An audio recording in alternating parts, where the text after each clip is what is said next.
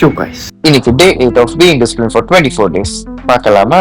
காலையில எழுந்து ரெடி ஆயிட்டு பிறகு நான் ஜிம்முக்கு கிளம்பிட்டேன்.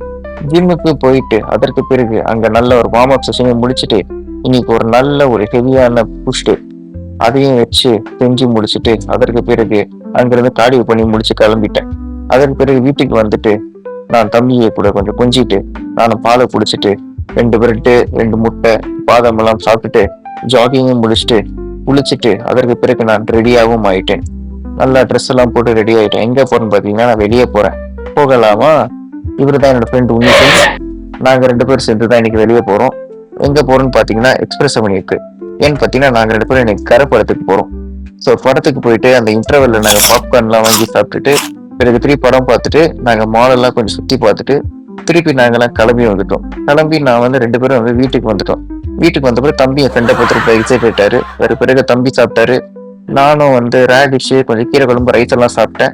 ஓகே, கொஞ்சம் நல்லா தான் இருந்துச்சு. அதற்கு பிறகு என் ஃப்ரெண்டு கிளம்பிட்டாரு. நாங்களும் வாக்கிங் போனோம். தம்பி வாக்கிங் போனாரு, நானும் வாக்கிங் போனேன். அதுக்கு பிறகு 2 பேரும் பைக்ல ரைடெல்லாம் போனோம். அதுக்கு பிறகு திருப்பி நாங்கள் ஃபேமிலியோட வெளியெல்லாம் போனோம். பார்த்தீங்கன்னா வெளியெல்லாம் போனோம்.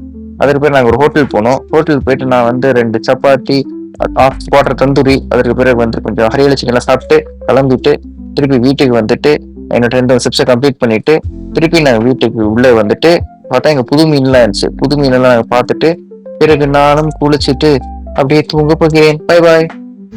Bye. Bro.